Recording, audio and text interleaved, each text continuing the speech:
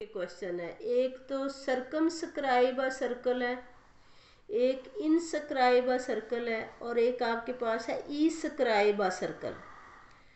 अब जो सर्कम है इसमें आपने देखना है कि सर्कमफ्रेंस यानी बाहर वाला अहाता करने वाला, और इनस्क्राइब जो है अंदरूनी तौर पे जो टच करेगा, इसके अंदर जो बंद होगा, और ई स्क्राइब अपोजिट टू आवर टेक्स होगा। तो इसे हम बाद में करते हैं, मैं आपको दिखाती हूँ।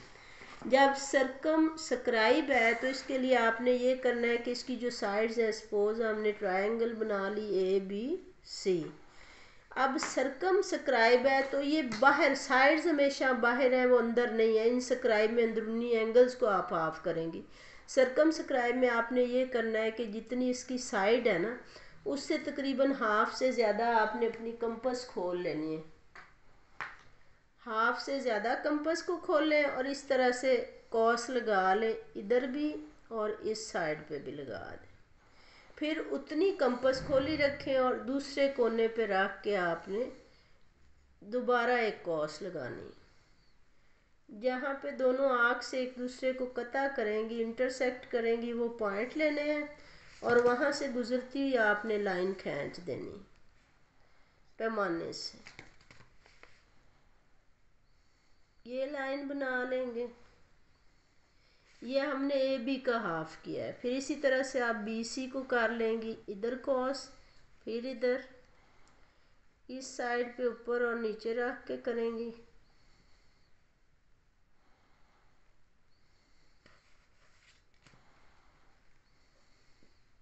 उसमें छोटा पैमाना नहीं है ज्योमेट्री बॉक्स वाला? फिर थर्ड साइड जो है ना, इसका भी आप बाइसेक्ट करोगे।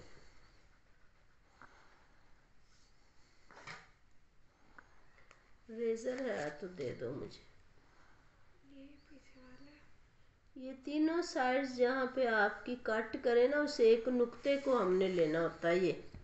ये नुक्ता लें और ट्रायंगल के तीनों कोनों, किसी भी एक कोने तक की ना कंपास खोल लें और तीनों कोनों को टच करके देखें। अगर तो बिल्कुल इनके साथ से गुजर रहा होगा तो ये आपका काम ठीक हुआ होगा। ये देखें,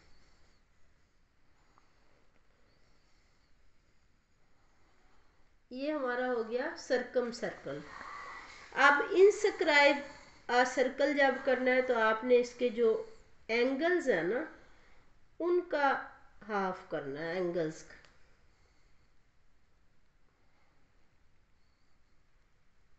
एंगल को हाफ करने के लिए जहाँ से शुरू होता है वहाँ रख के कॉस लगाएं और फिर कॉस को कम ज़्यादा ना करें, दूसरी साइड पे लगाएं। इस नुक्ते और वर्टेक्स में से गुजरती हुई लाइन खींच देंगे। ये हमने एंगल को हाफ कर लिया।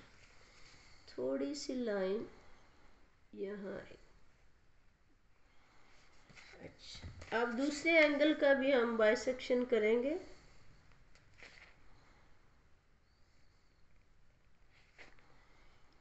इस कोने और वर्टेक्स में से गुजरती हुई लाइन खींचेंगे।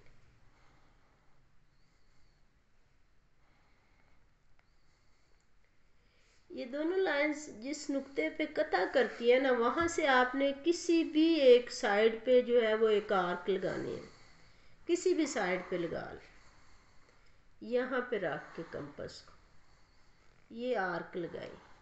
वो आर्क इस साइड को जहाँ काटती है, आप वहाँ से उस आर्क का हाफ लेंगी। ये जहाँ पे ये क्रॉस बनेगा वहाँ से इस नुक्ते तक की आपने लाइन लगा लेनी।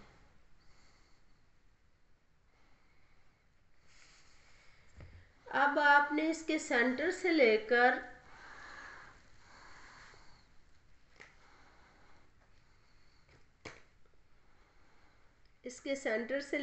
इसके साइड तक के डिस्टेंस की कंपास खोलेंगे। ये देखें,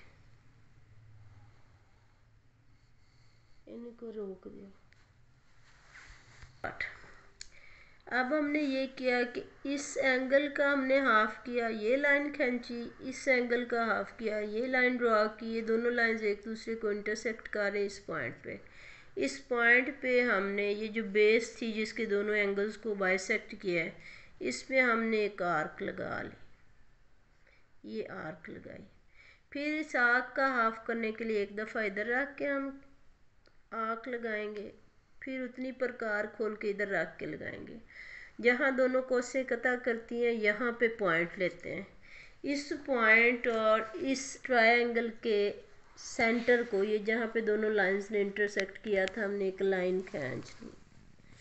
अब इस लाइन का यहाँ से लेकर यहाँ तक जितना डिस्टेंस है उतनी कंपास खोलेंगे, यहाँ तक कि बिल्कुल ऐसे लाइन लगाए ना तो लाइन से टच कर रहा हो।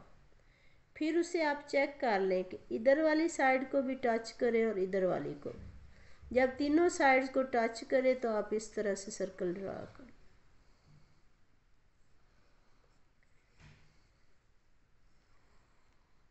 ये आपका इनस्क्राइब सर्कल हो गया।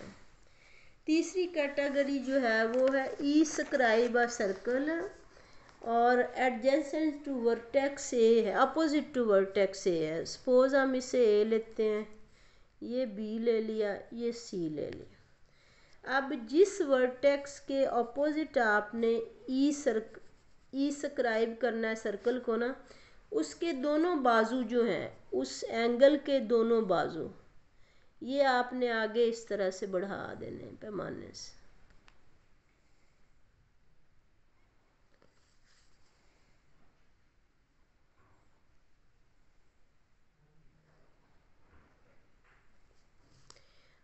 अब इनके एक्सटर्नल एंगल्स बनाएंगे। एक्सटर्नल एंगल्स के लिए आर्क